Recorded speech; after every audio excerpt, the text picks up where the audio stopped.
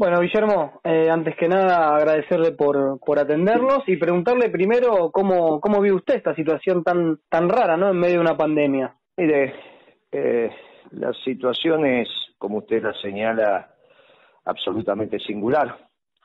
Es la primera vez en nuestra vida que estamos atravesando una pandemia y cuyo paliativo es el distanciamiento social. Y esto implica haber retirado la fuerza de trabajo del mercado, sobre 18 millones que estaban trabajando en febrero, considerando que el total de los que quieren trabajar y estaban trabajando y no estaban trabajando son 21 millones, de los cuales 3 no estaban trabajando, o sea que quedaban 18 trabajando, dejaron en el mercado 4 millones y medio. Esa fue la primera decisión que tomó el presidente. El impacto del distanciamiento social implicó que sobre 18 millones de personas que en febrero del 2020 estaban trabajando, quedaron trabajando 4 millones y medio, que número más, número menos lo que está hoy. Bueno, eso generó un derrumbe de la situación económica, que es la que estamos padeciendo en este momento.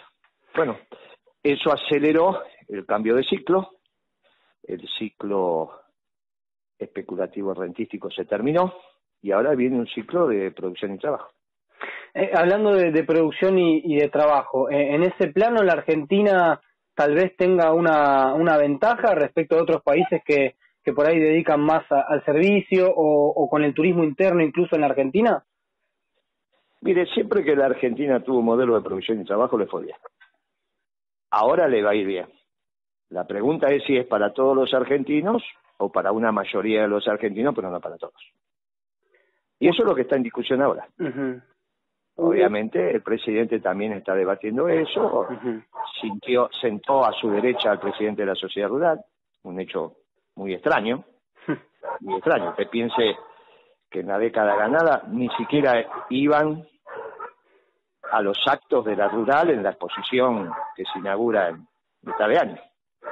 Y ahora el presidente sentó a su derecha el 8 de julio al presidente de la rural, un hecho extrañísimo, muy extraño.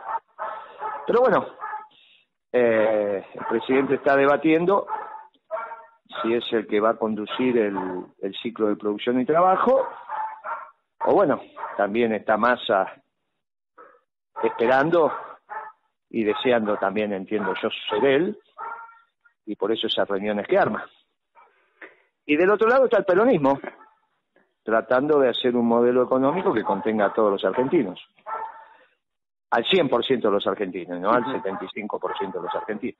Hace poquito, bueno, Moreno, usted dijo que a este gobierno le faltaba peronismo, y le consulto, ¿no? ¿Quién gobierna? Porque usted mencionó recién a Massa, habló de Alberto, pero también está Cristina. No, yo gobierna Alberto, yo nunca dije, Massa está esperando. Claro. Que no es lo mismo que gobernar. No, gobierna Alberto. El poder ejecutivo es unipersonal. ¿Y cómo evalúa hasta aquí, más allá de lo que manifestaba recién, porque obviamente no podemos correr del medio la pandemia, las primeras señales del gobierno que le habían parecido hasta el aislamiento? Y la primera señal del gobierno fue cuando viajó a Europa y dijo que tenía un plan económico, pero que era secreto. Eso parece un sketch del Superagente 86. No sé, la verdad que si algo no puede ser secreto es la economía. Me da la sensación que el presidente tendría que haber anunciado un plan económico el 11 de diciembre. No lo hizo. Después dijo que había que esperar el 31 de marzo, que arreglara la deuda. Después vino la pandemia. Bien, todavía seguimos en veremos con ese tema. Y ahora ya la suerte está echada. Me parece que ya está. Esta situación... Ahora estamos en un proceso donde la política está definiendo quién va a conducir el nuevo ciclo de producción y trabajo. En la Argentina hay un hecho que siempre a uno le llama la atención, que tiene que ver con la pobreza y con la inflación. Y a mí me llama mucho la atención el último punto, ¿no? Porque independientemente de las políticas que hayan, hay inflación, incluso ahora la hay. ¿Por qué se da este fenómeno en nuestro país de la inflación siempre? Bueno, es un tema ciertamente complejo. multicausal, donde hay una estructura organizacional y política que tiene que ver con el movimiento obrero organizado que discute el ingreso. No es casualidad que si yo te pregunto a vos quién es el secretario general de la CGT de Brasil, vos no me lo puedas decir, a pesar de que estuvo 12 años gobernando el PT. Bueno, porque no hay una estructura organizacional y política que discuta el ingreso en Brasil. Acá la hizo Perón. La hizo Perón, fue el movimiento obrero organizado. Y a su vez, temas estructurales que tienen que ver fundamentalmente con el precio de la comida, que se expresa con una renta para 1000 familias, que es la vieja oligarquía, que necesita la comida al alza. La oligarquía gana plata cuando la comida está cara. Entonces, por un lado tenés la oligarquía que quiere la comida cara. Cuando gobernó un oligarca, lo primero que hizo fue aumentar la comida. Esto es Macri. Está bien, duplicó el precio de la comida, ni bien a los 15 días de haber asumido. Después las consecuencias de eso las fuiste viendo a lo largo de su gobierno. Por eso la pauperización de nuestra sociedad, pero incluso de los sectores medios. ¿Está bien? Porque llegó un momento en que comprabas la comida y no te sobraba una moneda. Y del otro lado, una estructura organizacional que tensa, no puede discutir el precio de la comida, pero sí la distribución del ingreso en términos de la puja distributiva. Y esa tensión está irresuelta, y hay que resolverla. Por eso, cuando Alberto te sienta al presidente de la Rural a su derecha, es toda una definición, no es un tema menor. ¡Ay, qué divertida la foto! ¡Ay, venimos a hablar de la grieta, qué bueno que somos! Son tonterías esas, ¿está bien? Vos decime dónde pones el precio de la comida y yo te digo dónde sigue esto. Le dolió esa imagen como peronista, ¿eh? Pero, querido, es lo que te estoy diciendo, no es un problema. Vos decime dónde pones, en un gobierno peronista, la comida tiene que estar al alza o a la baja. No, a la baja, claramente. Y si vos estás al presidente de la sociedad rural a tu derecha, ¿cuál es la señal que das? Que van a acordar. Y entonces la comida, ¿dónde va a estar? Al alza. Y bueno, entonces, viste que no hace falta hacer ningún máster en Harvard. La cosa es muy sencilla, sí. Moreno, y respecto de la situación ahora hay que de... ver si acuerda Alberto, no lo ves por sentado. Porque para acordar a Alberto tiene que dar una prueba de amor. Y la prueba de amor acá es Cristina. ¿Correrla? Cristina, ¿Correr a Cristina? Y bueno, por eso Cristina reaccionó el domingo, ¿no? Bueno, esto es obvio ahora. Cristina tiene que tomar sus decisiones. Del otro lado, un modelo que incorpore a todos los argentinos, ponerlo en cabeza de algún gobernador peronista. Y en el medio, Cristina, a ver para dónde vuelca el fiel. En una punta, en un córner, lo tenés a Massa, y en el otro córner tendrás algún gobernador de los mayores. Y Cristina, que va a tener que tomar una decisión. Y Alberto, que está ahí. Ya a esta altura del partido, la suerte está echada. Moreno, respecto de Vicentín, porque bueno, fue un momento importante, álgido, sobre todo por la discusión, hubo movilizaciones, ¿usted lo hubiera encarado de otra manera? ¿No era pertinente? ¿No era el momento? ¿No era la forma?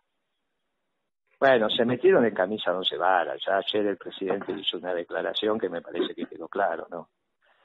No, hubo una sumatoria de desconocimiento en ese tema muy grande.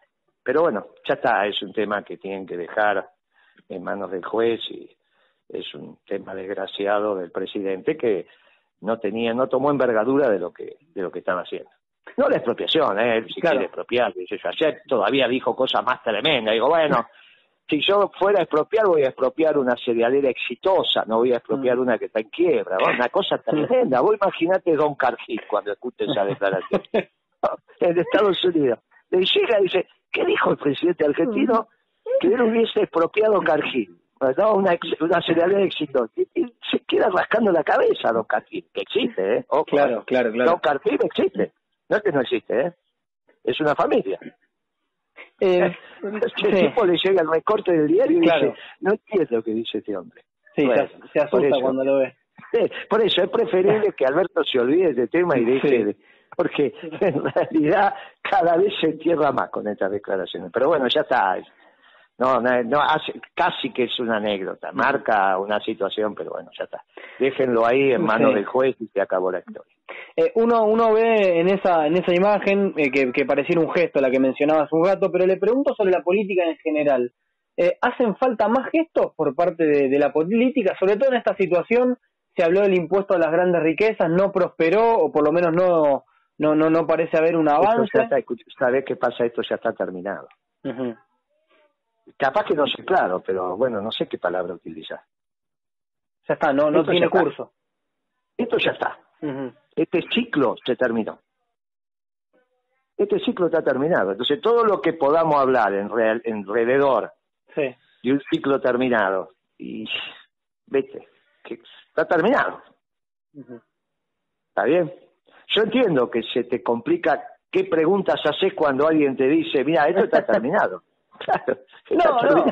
No, me imagino entonces que debe imponerse esa redistribución rápidamente. No veo el cómo, digamos. Bueno, esto es lo que está discutiendo la política. El tren descarriló. Ahora lo tenés que volver a poner sobre los rieles. Bueno, eso es lo que está discutiendo la política. Por eso lo ves a Massa en un lado, por eso lo de Cristina, por eso lo de Alberto, por eso lo de los gobernadores o lo del movimiento peronista, ¿va? El peronismo está con mucha expectativa también de cómo va a seguir esto, porque obviamente si viene un esquema nacionalista de exclusión con Massa a la cabeza, el movimiento obrero organizado que vos conociste también se termina. Que es un viejo anhelo de algunos sectores, incluido de los sectores alfonsinistas, ¿no? Porque lo primero que quiso hacer Alfonsín es destruir el movimiento obrero organizado. Parece que nos olvidamos de eso. Ahora hablan del padre de la democracia. Yo no sé de dónde salen tamañas tonterías. La democracia la generó el pueblo argentino con su lucha y sus héroes, sus desaparecidos, sus torturados. ¿Qué Alfonsín? ¿Qué padre de la democracia? Lo que quiso hacer es destruir el movimiento peronista.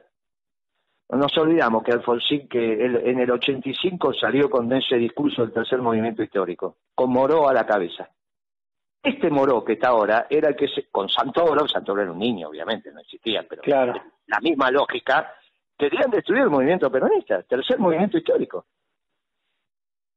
Es una tontería, yo no sé de dónde salen estos análisis. ¿Y cómo se hace? Porque hay que acordar también con esos sectores, o no es posible acordar para gobernar, digo.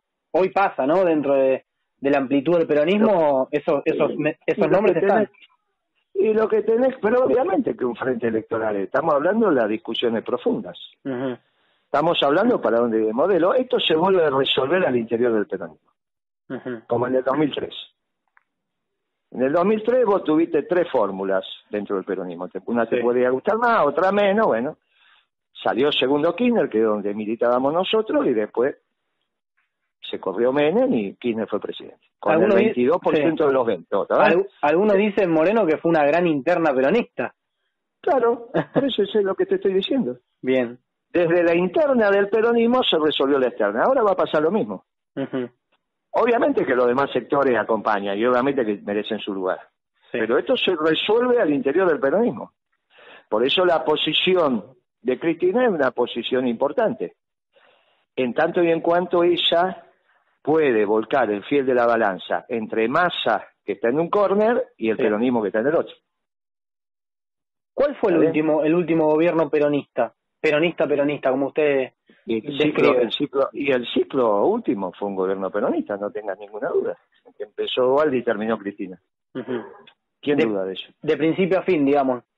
Pero claro, en la presidencia no hay ninguna duda. En algunas políticas podemos ver. Este ciclo que acaba de terminar, algunos piensan que empezó con Kicillof cuando devaluó, en el 2014. ¿Está bien? Y otros piensan que empezó con Macri. Bueno, ese es un debate que está abierto, pero que está terminado no está abierto, está cerrado. ¿Y Moreno qué piensa? ¿Con quién empezó? Y yo creo que empezó en el 14, cuando Kicillof toma la decisión de devaluar.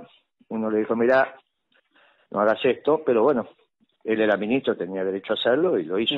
Pero está claro que ahí generó un cambio de ciclo, que ya tenía algunos antecedentes con este muchacho Galucho, que empezó a aumentar el combustible, que le decían el mago. ¿Te acuerdas del mago Galucho? Sí. Sí, ese es el único que yo conozco, que después de 3, 4 años de ser empleado en una petrolera, ahora es dueño. Por eso le dicen el mago. Es una cosa de loco, no sé cómo hizo. Claro, yo no conocí ninguno, mirá que tengo 40 años de mercado, que después de 4 años de ser empleado pase a ser patrón. Pero encima, mirá cómo será de difícil que Aranguren fue como 20 años presidente de Shell y cuando se fue siguió siendo, no es dueño de Shell, claro. Ni se puso una petrolera ni nada, era un empleado jerarquizado, pero nada más. Ahora Galucho vino como empleado, era un muchacho que trabajaba en una petrolera en Inglaterra, vino acá, presidió el PF, la gerenció y ahora es dueño de una petrolera. Por eso le dicen el mago. Tiene que explicar cómo lo hizo. Claro, un día va a tener para televisión para explicarle a los jóvenes, la vida exitosa de empleado a petrolero. Por eso ese sí fue un mago, ese sí, claro. Este es un versero de aquello, ¿no? Sí, mira que en el peronismo hemos tenido de todo. Pero versero como ese, versero como Galucho, versero como ese, no hay. Increíble. No, olvídate. Recién entra al baile y por más que Vudú sea el que tenga más pinta, ese lo dejas hablar 10 minutos y ya está. Sí. No, escúchame, ¿vos conocés a alguien que en 4 años pase de empleado a ser dueño de una petrolera? No. Es una cosa increíble. Bueno, no conozco. Bueno, por eso lo dicen el mago. Usted habló recién de un ciclo terminado, ¿no? Pero también habló del gobierno de Duhalde hasta que terminó el de Cristina, y habló del último gobierno peronista con todo lo que implica respecto de los valores que usted mencionaba recién. ¿Por qué cree que no hubo continuidad de ese gobierno o de ese modelo si fue tan exitoso, o por lo menos lo intentó?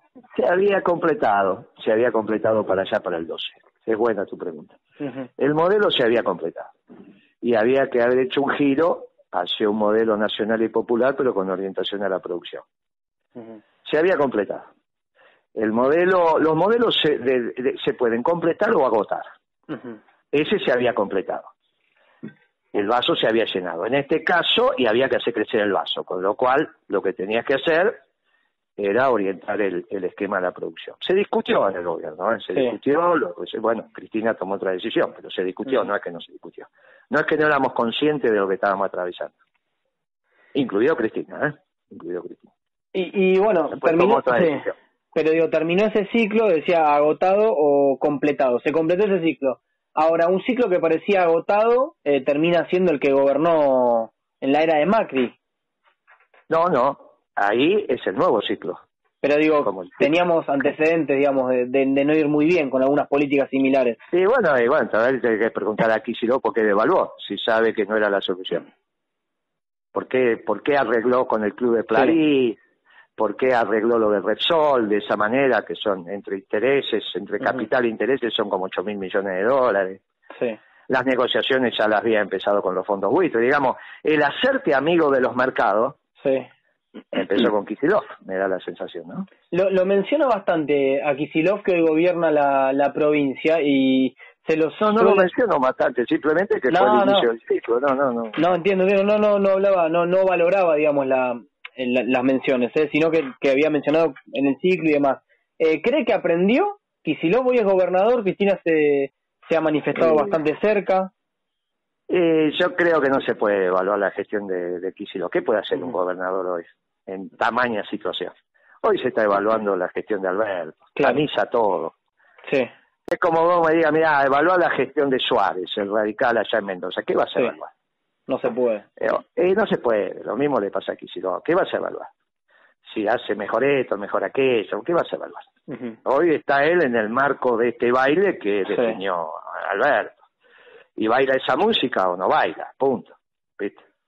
El problema es el que pone la música. El resto estamos todos bailando. Sí. ¿Se imaginó en algún momento, se planteó en su cabeza qué hubiera pasado si hoy gobernara Macri en medio de la pandemia?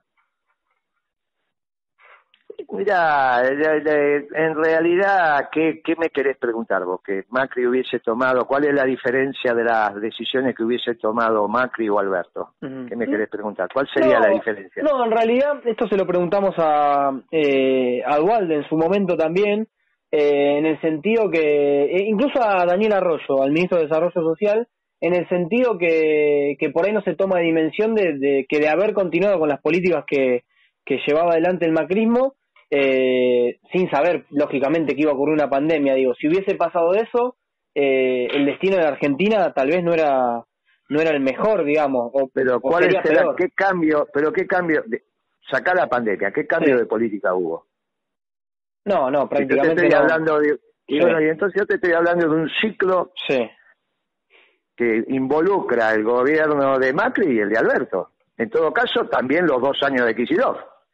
Bien. Está en discusión, pero ¿cuál es la diferencia central que estás viendo? Cuando vos me decís, si hubiese, es un desastre, igual. Claro. ¿Qué es lo que cambió? ¿Qué hubiese cambiado? ¿Dónde ves vos el punto de ruptura entre Alberto y Macri? No, y tal vez en lo que tarifa, digamos, las tarifas de servicios y demás que... Sí, ya estaban congeladas con Macri. ¿No te acuerdas que las congeló entre las pasos? Sí, bueno, así que ya estaba congelada. Sí. ¿Qué otra cosa? No, lo que hizo Alberto fue continuar con lo que ya había dejado Macri. Sí. Y en todo caso Macri continuó con el aumento de las tarifas que había empezado Galucho. Porque el proceso de dolarización de las tarifas lo empezó Galucho. Lo que hizo en todo caso es meterle más velocidad a Macri, pero el proceso empezó con Galucho. Por eso hay que ser en esto claros en los debates, si no hacemos un lío tremendo. También, o sea, terminamos pensando que Galucho fue un petrolero nacional y popular. Claro, es que esto es lo que termina pasando, ¿entendés? Claro. Ojo con esto. El que empezó a dolarizar la tarifa fue Galucho. Mencionó también a Vudú recién, el peronismo, ¿no? En esos debates que usted contaba recién que tiene que hacer o que hace, ¿qué rol ocupa la corrupción, digo, en cuanto a que seguramente no sea una buena imagen que haya algún personaje? Recién mencionaba el caso de Vudú, digo, ¿cómo toma el peronismo? ¿Qué piensa hacer? ¿Hay que correr al ala que busca mediante la función pública hacer este tipo de cuestiones? No sé quién sería el ala. La verdad que yo no conozco compañeros que integren esa ala. Pero si vos me los marcás, yo te puedo preguntar, qué decir, qué sé yo. No sé, yo no conozco un ala del peronismo como vos estás diciendo. No digo del peronismo, pero imagino que en un movimiento tan amplio puede haber quien tenga alguna intencionalidad que no sea... Pero ¿cómo no va a haber? Y dentro de los radicales peor. Claro. Viste, que encima en general no trabajan y viven bien. Claro. ¿Y qué se hace con esa gente? Y no te digo en la sociedad rural. Claro. Imagínate. Porque no hay ninguna duda que vos tenés fortunas mal hechas en la Argentina. Bueno, no tengas ninguna duda, pero en todos los sectores, incluso lamentablemente en nuestra iglesia también, ¿no? Claro. Así que eso yo no te lo puedo decir, pero no entiendo a qué viene la pregunta, que vos me querés decir que en todos lugares hay gente que no honra el buen vivir. Sí, yo te lo reconozco, pero de ahí a hablar de un ala. Cuando vos hablar de un ala parece que hay un grupo de gente exageré y generalicé, que no está bien, pero digo, me refiero a cuando aparece un caso así, o como se los indica muchas veces a algún personaje, digo, imagino que no le hace bien a la imagen del movimiento y alguna represalia hay. Puede ser, pero hasta que la justicia no ve un doble conforme y lo diga y lo tenga. Viste, yo lo veo, esas cosas, viste, a veces son mucha habladuría, son cosas que se dicen. Viste yo, la Nata se la pasó hablando todo esto y después al final no, viste. ¿Qué yo puedo decir? El gordo La Nata extorsionaba a empresarios para que le den publicidad. Claro. ¿Vos sabías eso? No, pero me lo... Bueno, ahora te estás enterando. Ahora... Y bueno, y vos, por eso son todos los periodistas igual que la nata. No, tal cual. Y bueno, entonces, ¿qué querés que te diga? Vos extorsionás Sí. gente para No. que te dé publicidad. No, Bueno, no. entonces, viste, cuando te comparan con la nata, Claro. vos decís, no, es que pará, la nata no es. Y sin embargo, la nata gana Sí. mucha más plata que vos. No Tiene me queda más de duda. audiencia, qué sé yo, trabaja en los No me canales, queda vos, duda. viste. Y bueno, y entonces, y sin embargo, yo que te Sí. tengo que aconsejar, pibe, seguí por donde vas. Claro. No seas como la nata. Porque la medida del éxito no es si tenés un departamento en Miami, no lo tenés, qué sé yo, viste. A la larga, eso no es la medida del éxito. Uh-huh. A la larga, que sea buena gente. Bueno, imagínate ahora cuando la nata se entere con los cientos de miles y millones de personas que te escuchan a vos, que Moreno dijo que él extorsiona a los empresarios para tener publicidad. ¿Vos pensás que me va a iniciar juicio? No creo. Y no lo va a iniciar porque sabe que digo la verdad. ¿Me entendés? Sí. ¿Viste cómo es? Ahora, yo por eso no voy a decir que todos los periodistas son, ¿viste? No corresponde. Es el gordo de la nata que hace eso. Uh-huh. El periodismo a veces es el brazo armado del poder porque últimamente se están viendo... Los periodistas se creen eso. No Uh-huh. se den tanta importancia. No lo digo por la importancia del periodismo, sino porque, a ver, siento que a veces es utilizado, digamos, en operaciones Y y bueno, demás. porque esa hace parte, es una de las estructuras de la Argentina y manejar un país es muy complejo. Uh-huh. Pero bueno, no determina nada. Sí. Periodismo no determina nada. ¿Vale Periodismo todo? es periodismo. Vale todo en la política, porque en las redes sociales recién usted mencionaba que se dicen un montón de cosas que no son ciertas, pero digo... No, vale todo, no. Uh-huh. Vale todo. Hay algunos muchachos que lo usan, yo no lo uso. Claro. Yo cuando te digo, mira, el gordo de la nata es un extorsionador, Sí. te lo digo. Para conseguir publicidad te lo digo. Uh-huh. ¿Está bien? No lo digo anónima, me digo, no, yo digo eso. Claro. Bueno. Uh-huh. Y el mercado lo sabe.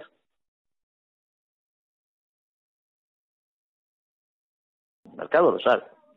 Bueno, eso no invalida de la misma manera que te digo eso, te digo, mirá, el domingo salió un artículo de primerísimo nivel en La Nación, sí. Lo sacaron a Escribano a escribir, Escribano no es cualquier, y hizo un artículo de una página de 6 columnas, léelo, que seguramente no lo leíste. Bien. Te digo una cosa, te digo la otra. Léelo. Bien. Porque es un artículo muy importante, no porque uno esté de acuerdo, sino porque es La Nación, ¿no? Claro. La Nación. Y eso tendría que haber sido un comentario que deberíamos haber hecho a partir del lunes, porque no es normal que La Nación saque a Escribano con una nota a 6 columnas, toda una página. Uh-huh. Te diría que es lo más relevante de lo que pasó el domingo.